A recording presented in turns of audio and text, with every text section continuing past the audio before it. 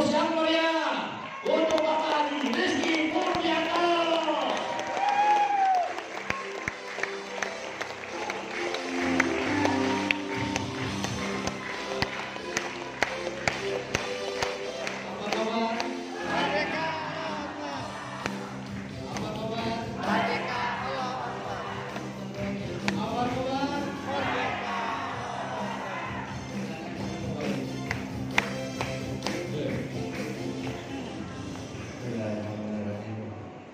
Assalamualaikum warahmatullahi wabarakatuh. Waalaikumsalam warahmatullahi wabarakatuh. Masih belum ikhlas jawab salamnya. Saya doakan yang jawab salam ikhlas, yang jawab salamnya ikhlas, lunas hutangnya. Amin. Assalamualaikum warahmatullahi wabarakatuh. Waalaikumsalam warahmatullahi wabarakatuh. Alhamdulillah, kita bersyukur kepada Allah atas takdirnya kita berkumpul di ruangan ini. Mudah-mudahan kehadiran kita ini mendatangkan keberkahan buat kita semua. Ditandai dengan hujan lebat berkah untuk kita semua. Amin.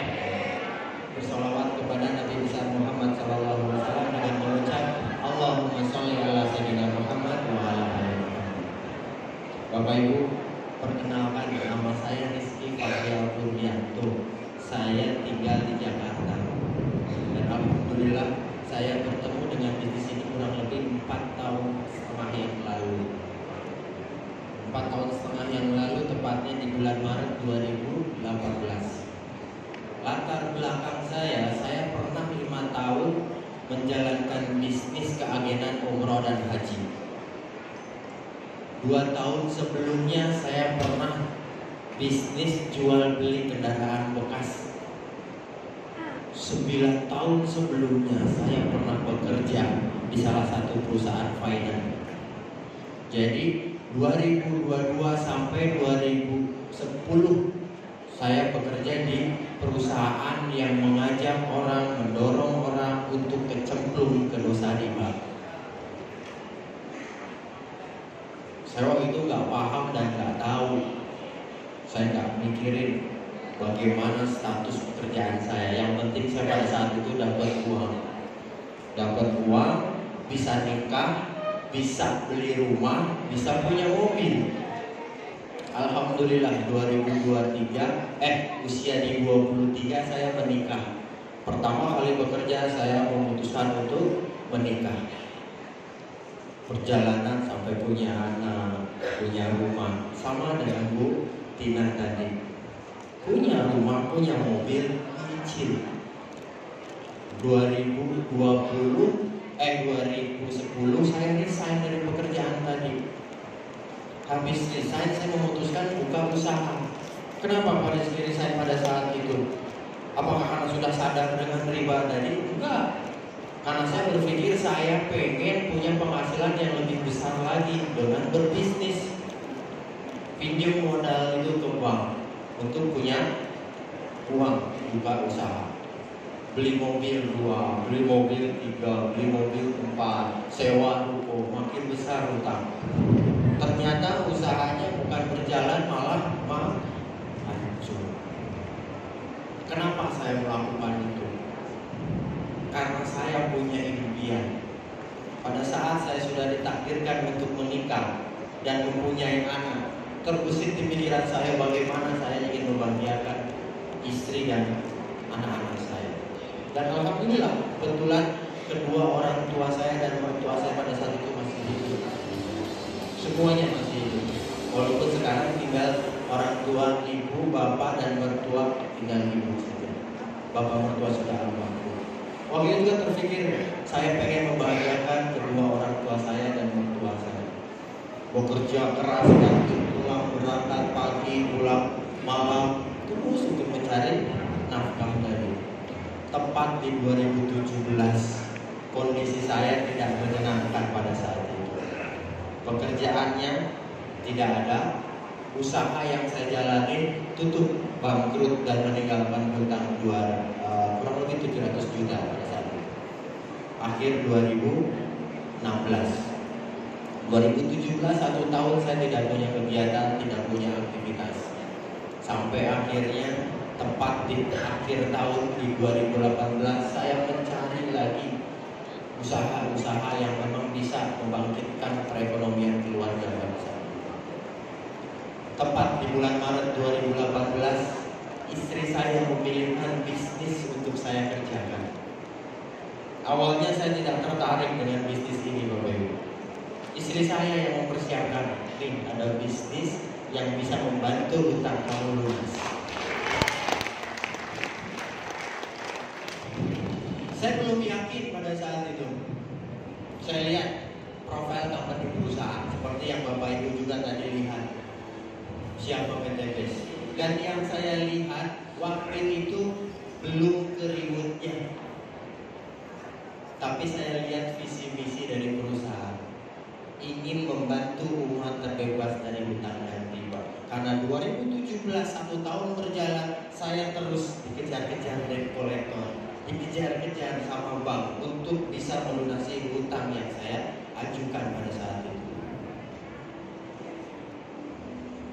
Ada pepatah yang bilang, hidup segan mati pun tak mau.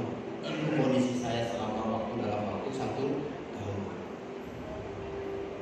Pada saat tanggal 28 Maret, istri saya Ibu Noviranti memilihkan bisnis untuk dikerjakan bersama.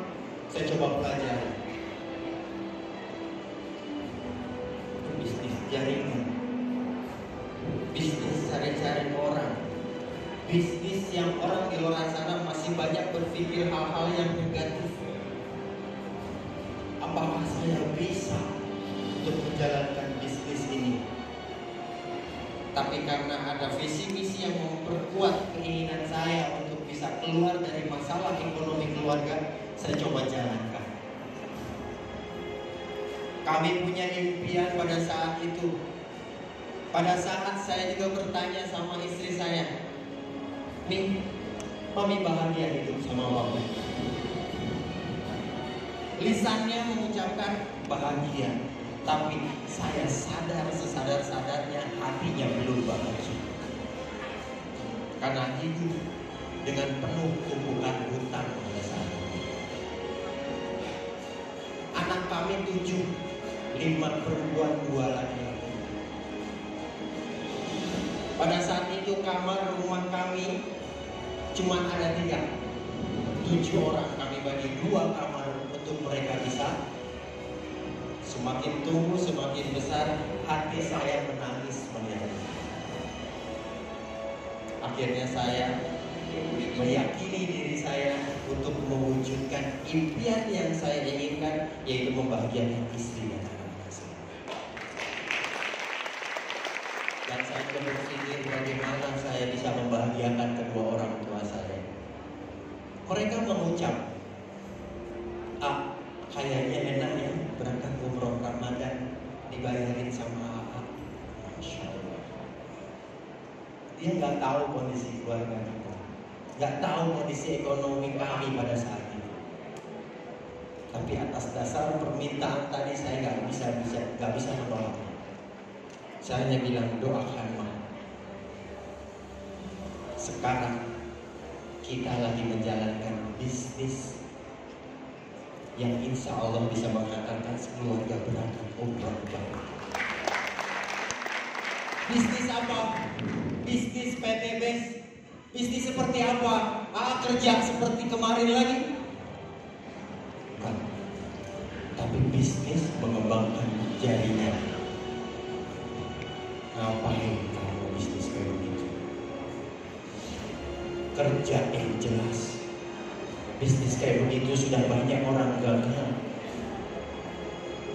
Pada saat itu saya gak berani membantah apa yang orang tua saya sampaikan. Saya hanya bilang, doakan kita, semoga bisa mewujudkan impian kita berangkat ke tanah suci sekeluarga.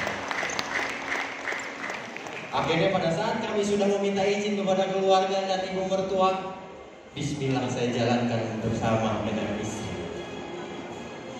Setiap hari saya ketemu orang, gak kurang dari 10.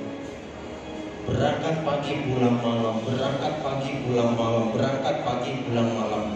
satu pekan kami mendapatkan 70 orang. Dan 66 orangnya saya telepon untuk saya tawarkan, untuk saya ajak bersama saya menjalankan bisnis ini. Alhamdulillah Bapak Ibu, 136 orang yang saya tawarkan, yang saya ajak semuanya nolak. Sakit betul di sini. Keluarga, om, tante, tetangga, adik, sahabat, teman dekat, semuanya nggak ada yang mendukung bisnis yang saya tawarkan ini. Hampir saya berhenti. Dan pada saat saya ingat kembali apa yang menjadi impian saya, wajah istri dan anak-anak saya, kedua orang tua saya terus bergerak lagi. Saya terus bergerak lagi karena saya punya impian. Kalau 136 saya berhenti, saya tidak akan melakukan atau menemukan 137, 138, 139. Alhamdulillah di 137, 138 saya menemukan Pak Birawan, saya menemukan Pak Petrus, saya menemukan Budi Andrianti, saya menemukan Pak Budi Ritonga. 8 orang saya di pekan kedua menjalankan bisnis ini dengan mereka. Alhamdulillah 1 unit mobil dalam 1 pekan bisa kita dapatkan. Ternyata apa Bapak Ibu? Matematika manusia itu berbeda dengan matematikanya Allah. Kita di sini hanya untuk disuruh bergerak, bergerak, bergerak, dan bergerak. Pada saat itu saya nggak paham bisnis ini. Saya belajar sambil menjalankan bisnis ini. Saya nggak perlu paham di awal. Yang saya tekadkan adalah bagaimana saya keluar dari masalah ekonomi saya dan saya bisa berhasil dengan bisnis ini. Alhamdulillah hari demi hari terus saya kerjakan bisnis ini. Orang masih terus mencibir, orang terus masih menolak, saya nggak peduli. Karena kenapa? Yang merasakan mobil cash, yang merasakan Pajero cash, itu saya bukan mereka. Mereka nggak tahu apa yang menjadi impian saya. Dan itulah yang saya ingin buktikan kepada orang-orang yang saya cintai, untuk saya bisa berubah dan saya bisa membahagiakan mereka. Hinaan, cacian udah gak terhitung Bapak Ibu. Ribuan mungkin orang sudah mencibir saya, teman dekat saya sudah menjauh, tapi saya sudah lupakan. Kenapa? Saya sudah menggunakan Pajero cash. Saya sudah menerima 1 miliar cash ke rekening kita. Keberhasilan itu memang bukan dilihat dari materi, tapi pembuktian yang harus kita lakukan, itulah yang bisa menginspirasi banyak orang. Bapak Ibu, saya ingin pesankan bahwa semua kita hidup punya masalah, betul? Jadikan permasalahan kita itu pembelajaran buat kita. Karena ada pepatah yang mengatakan, hujan tidak hanya datang sendirian, tapi dia datang bersama kesejukan. Sesuatu hal yang buruk juga tidak datang sendirian, tapi dia datang bersama pembelajaran. Di saat kita mau belajar, insya Allah kita akan sukses.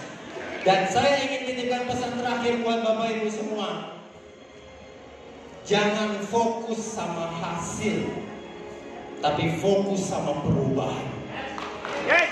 Karena pada saat kita fokus sama hasil, maka perubahan itu tidak akan datang.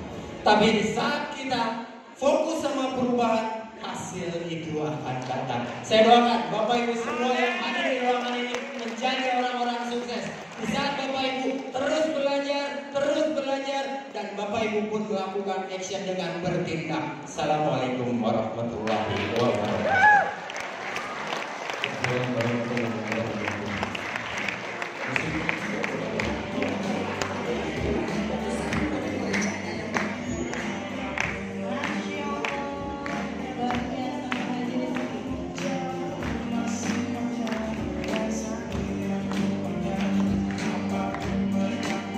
Iya, luar biasa, Temika keren banget ya. Iya. Gimana? Iya.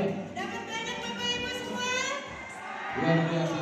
Tapi saya juga pengen kayak Pak Rizky. Ya, tadi Apa? kata-kata terakhir Pak Haji Rizky sampai nyentuh. Masya Allah. Lupa.